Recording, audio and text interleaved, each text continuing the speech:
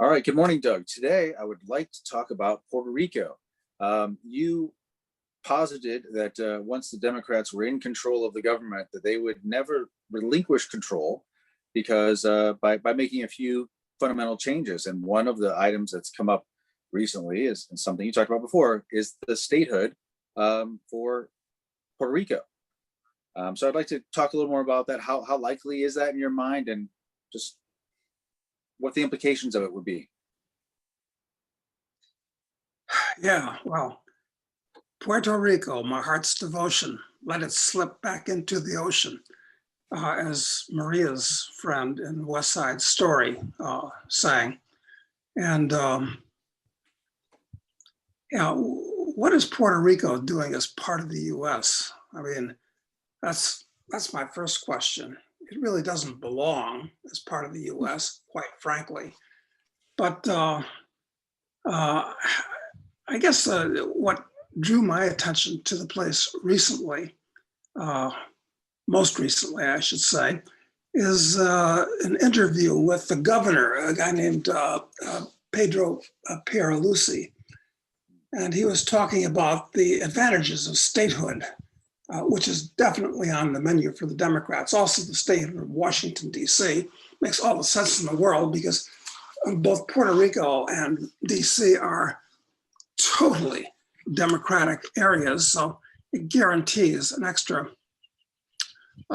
4 senators for the Democrats, which is where they lack power, plus, of course, 5 or 6 extra representatives. So it's definitely going to happen. I think they're going to get pushed through. And at that point, among other things, it's really going to cement the wokesters, I guess is more appropriate, in office. So anyway, Puerto Rico's got an interesting history for this type of thing. It was part of the Spanish Empire for 400 years. And of course, when other Spanish colonies broke off from Spain in the 1820s, 1830s, Puerto Rico didn't make the cut. So they had to wait for the Spanish-American War in 1898. And it was ceded to the US. And I'm not exactly sure, it shouldn't be hard to research, but I haven't done it, why we got Puerto Rico, but didn't get Cuba. Kind of, thank God we didn't get Cuba. But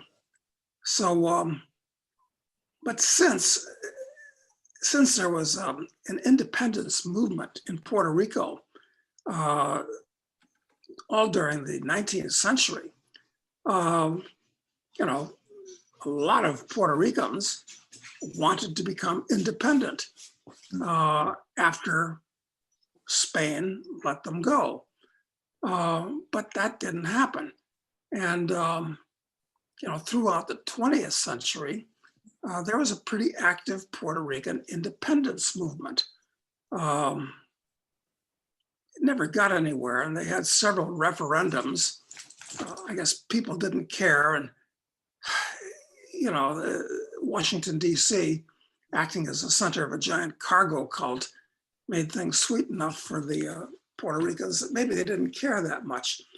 But place has got an interesting history because at one point, 40% of the land area of Puerto Rico was supposed to have been controlled by the Domino Sugar Company, and it was a major sugar producer. I don't think it is anymore because you can't make any money in sugar without massive subsidies, at least in the United States. So that's where we are right now. And it appears in the last referendum that they took to make Puerto Rico independent or a 51st state, most of the voters wanted to join the US as a state. Now, I think that's idiotic on their part. If they were smart, they'd become an independent country. And if they did that, they could transform themselves into the Singapore or the Hong Kong of the Western Hemisphere. But considering that the whole island is overwhelmingly woke, they wouldn't do that. So they probably transform themselves into a version of Venezuela, more likely. So I think they pretty well blown, or would blow, the idea of being independent. But that was a big meme for a while, during the 30s and during the 50s for Puerto Ricans. But they're going to become our 51st or 52nd state, whichever. Well, the interesting thing is that because Puerto Ricans have U.S. citizenship, right?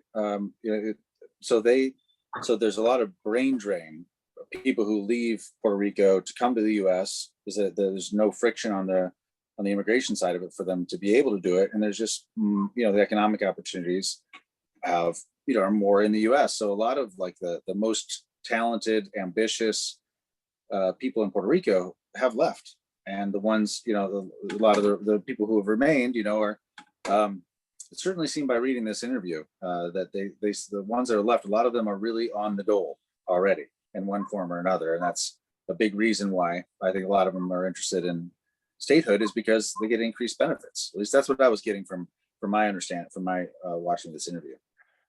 Yeah, exactly. In fact, their governor, Pierre Lucy, actually draws attention to these things. So let's see. I've got this interview right here, and some of the things that he says are so indicative that I think they're worth quoting. Like at one point, he says that, let's see, where does he say this? He says that detractors worry that the island would potentially lose some of its cultural identity. Well, that's interesting. I thought we were all supposed to be united and not a multicultural domestic empire. So if as Pierre Lucy says, and this is a quote, he says, Puerto Rico will be the first truly Hispanic state. I thought that was interesting. Do we want a truly Hispanic state? I mean, that's not very inclusive of people that aren't Hispanic. If, for instance, we have massive Chinese immigration to California, would that make California the first truly Chinese state? Or how about, since there are a couple of million Haitians in the US, I guess most of them are illegal, but I don't know. I mean, they're not the cause célèbre at the moment. It's Hispanic migrants, not Haitian migrants. But maybe we should make Haiti the 53rd state, and then we'd have the first truly Black state. I mean, anyway, this is really stupid what he said. The first truly Hispanic state. How's that a positive? That's not what the US is all about. I mean, when the Irish were coming over, was it going to be the first truly Irish state in Massachusetts? This is crazy. Yeah, it is interesting they do that. And also, you think if you're really a truly Hispanic state, why would you want to join an order of other states basically that are not that? I mean, what would be the driver of a truly Hispanic state even wanting to join the US? It doesn't make sense if you feel that your cultural identity is so uniquely distinct. Yeah, that's exactly right. That's exactly right. So anyway, I think it's interesting to parse this governor's interview that he had with the, who's it with? Miami Herald, I believe. Oh yeah, right, the Miami Herald. That makes sense. So he's talking about his, it's the 104th anniversary of citizenship of Puerto Ricans. And it's interesting, the Spanish-American War, to start with, which was America's first truly international imperialist venture. I mean, the Spanish-American War got the US headed off totally in the wrong direction.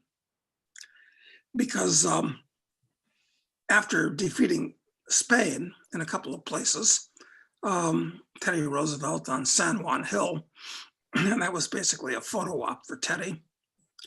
He actually did shoot a Spanish soldier, but actually it wasn't when he was riding his horse up San Juan Hill. Not that Teddy didn't have a lot of physical courage.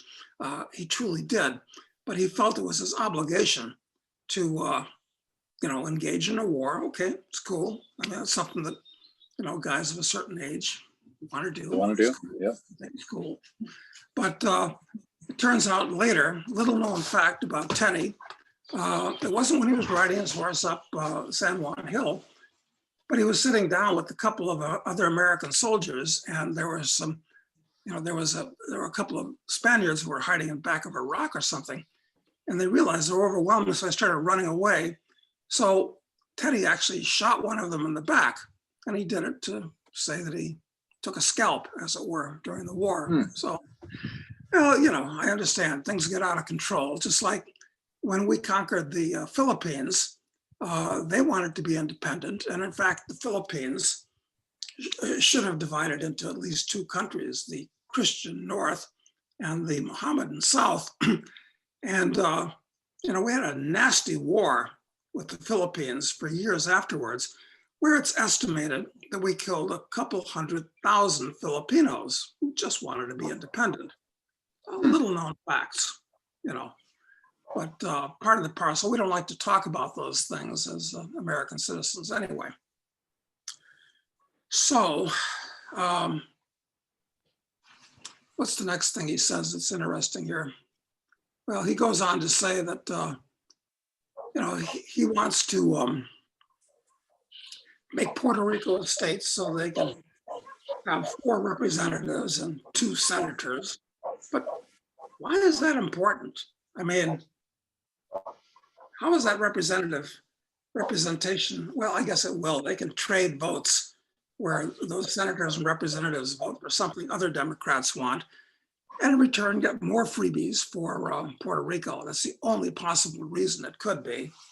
He mentions that there are now 51 co-sponsors for the bill, but this is a couple of weeks old. I'm sure there are more now. But wouldn't it? yeah. I mean, wouldn't it? It would have to cost them a lot of autonomy, to make this change. Now, yeah, they have a representative in the federal government that they don't currently have.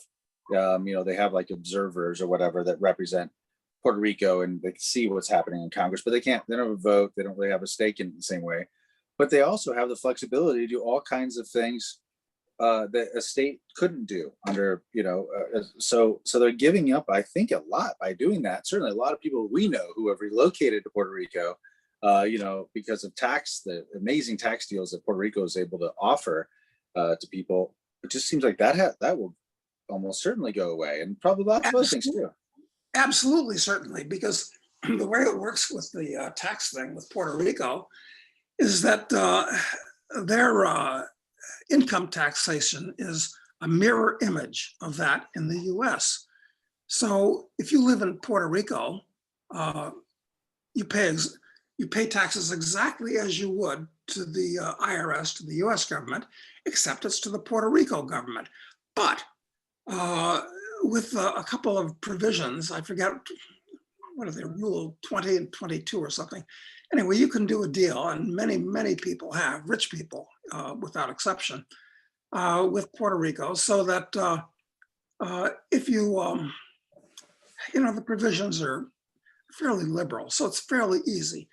Anyway, if you live in Puerto Rico, start a business, earn income, and so forth, basically, you don't pay any tax, or you pay a maximum of 4% income on something, and no capital gains and no dividend taxes.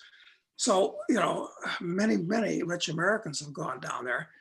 And I think it's a slam dunk that once Puerto Rico becomes a state and there's no advantage tax-wise to living there, they're all going to come back to the US. A lot of expensive real estate is going to hit the market in a couple of years in Puerto Rico. Well, and you'd think that I know that these agreements, that basically these rich people who go to Puerto Rico sign a contract with the government, essentially under this Act 20 and Act 22, in order to have this new taxing standard. And one of the arguments I've heard from people who have taken part in that is that, well, because if it's a contract with the government, then even if there's a new government that comes in, it doesn't make that existing tax deal that you have null and void.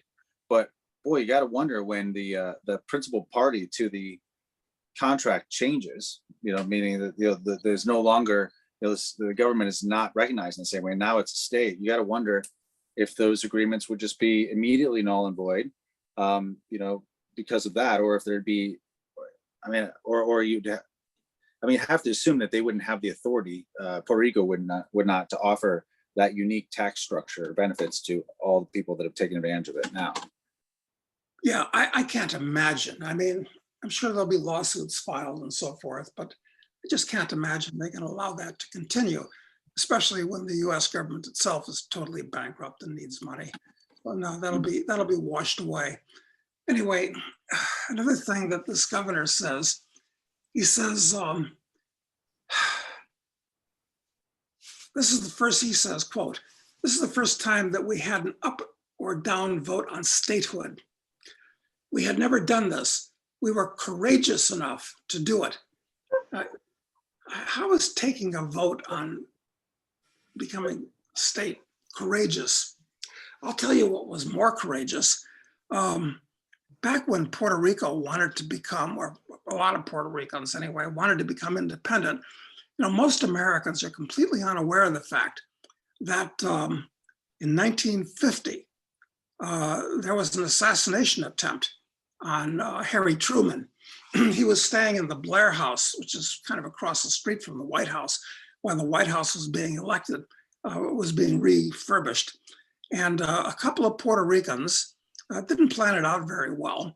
And, they killed a couple of cops and they both got killed. And anyway, their idea was to make their way into Blair House, which, is not strongly defended, and take out Truman. So nobody brings that up. And even more important than that, talking about being courageous, I mean, you can say that it's wrong. And I cover this in our novel, Assassin, in some detail. That's one of the assassinations I look at, is the attempted assassination on Truman. But in 1954, several Puerto Ricans went to the gallery of the Congress and wounded 5 congressmen. So, Wow. You might say that was inappropriate, but it was courageous. And nobody talks about that, 1954. And one consequence of that 1950 attempt on Truman is he was the last US president that ever was allowed to go out and just walk on the streets like a normal person. And he used to do that surreptitiously. I mean, the Secret Service even then didn't want him to do it, but he felt he could, the way the president of the Swiss Republic does today. But now he's like a Roman emperor, the number of guards that are around a president. So yeah, a little bit of interesting, fun facts. Yeah, definitely seems more courageous than being willing to have a vote. Yeah, how courageous is that to go down and vote? Anyway, this guy's completely, the more I read the interview with the guy, the more I thought this guy's actually a moron. Or I should say he's a Democratic politician. So anyway, here's something interesting. He goes on and he quote again. "In fact, I think that one of the main assets that Puerto Rico brings to the nation is its cultural identity, its heritage, its customs, its manner, its way of living, and our history. We enrich the nation." I don't know. Is that really true? I mean, I like tacos and empanadas, but wait, that's Mexican food, not Puerto Rican food. So I'm not sure exactly what Puerto Rico brings in the way of culture to the US, other than part of the plot line for West Side Story. Well, especially now. I mean, there was a point where whereas if I recall, the Puerto Rico was, a huge manufacturing center of pharmaceutical drugs, that they had a highly educated workforce, and for tax reasons, a lot of the pharmaceutical companies were based there, and they were really producing things of value for the world. But that's all that industry's been squeezed out, right? That's right. Incredibly intelligent on the part of the Puerto Rican government. They gave tax benefits to pharmaceutical companies in particular, and there were a lot of pharmaceutical plants, medical plants, that moved to Puerto Rico to take advantage of it. Idiotically, they pulled the tax benefits and everybody moved out. Now they don't have any industry. They got lots of unemployment.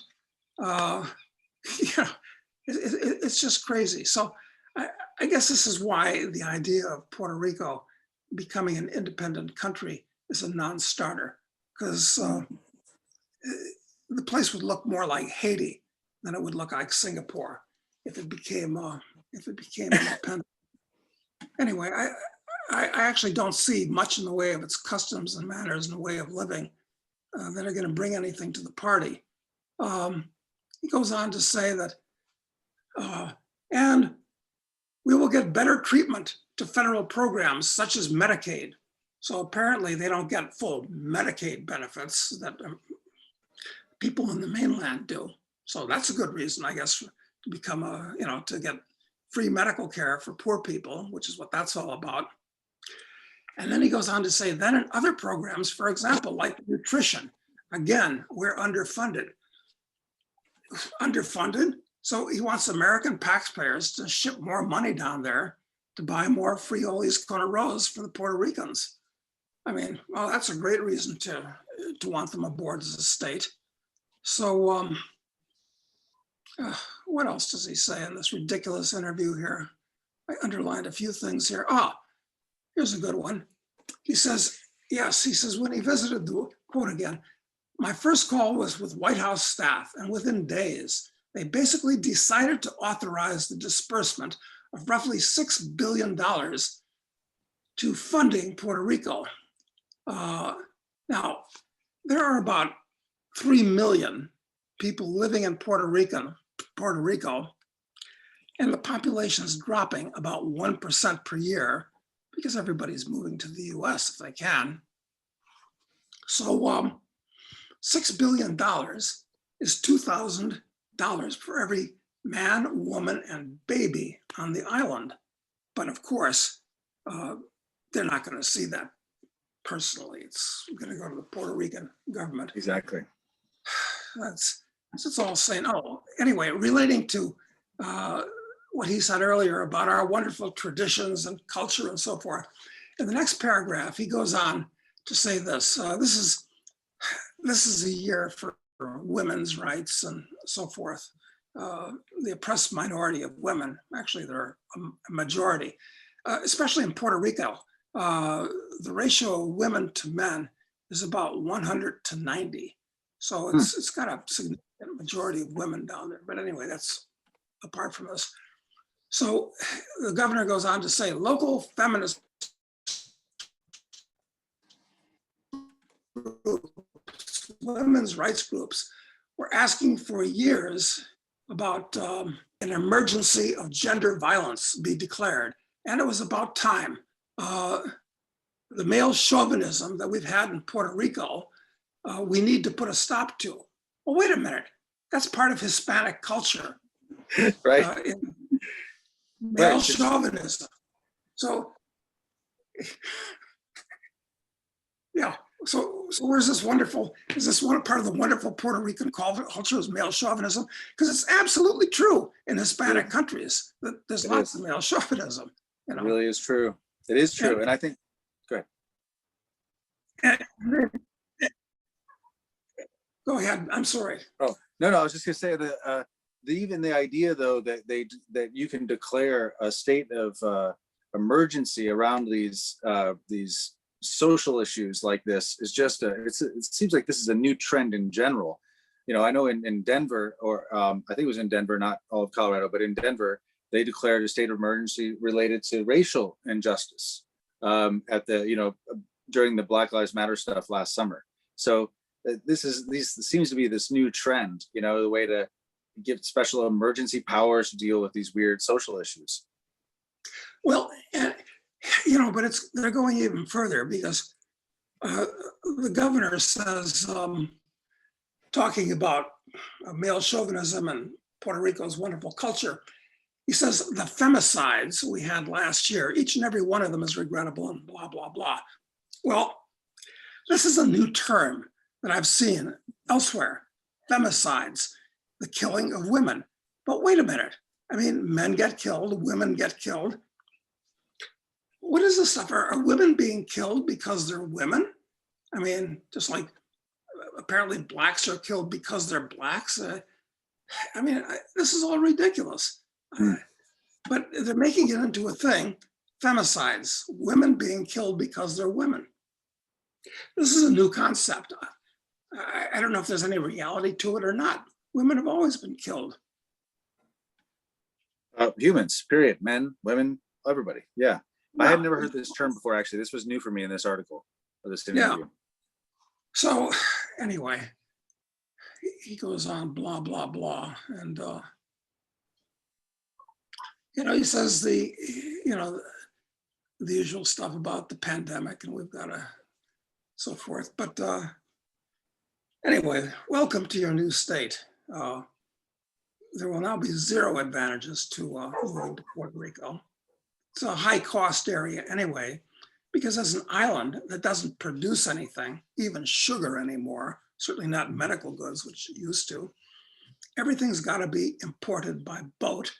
And they've got to be American boats. That's another law. So you can't use cheap foreign boats. It's got to be on American boats. So yeah, it's a very high cost place because they don't produce anything on the island. The only thing that's cheap is the labor.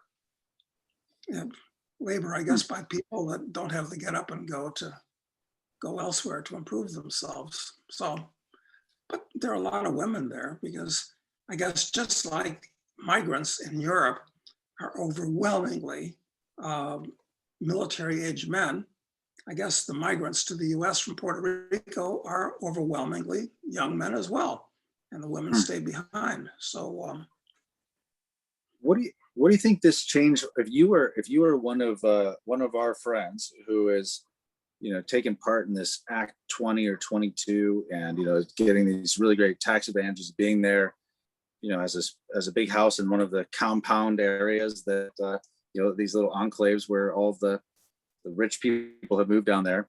I mean, what would you be doing or starting to think about in order to make sure you're least affected by this?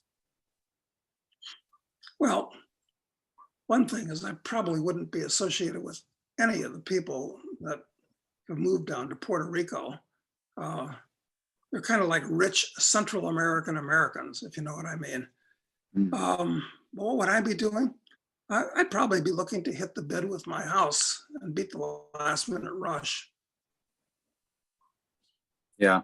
It was a nice idea. It really was. I mean, it saved people I know many millions of dollars, to be based there. But I always looked at it as these couple of major enclaves where these beautiful homes are, and it really is really beautiful. But there's a fence, so like keeping you away from the locals who basically provide everything that you need. And it's just like if these people are poor, and if they ever decide that they're tired of taking care of you, like they know right where to go.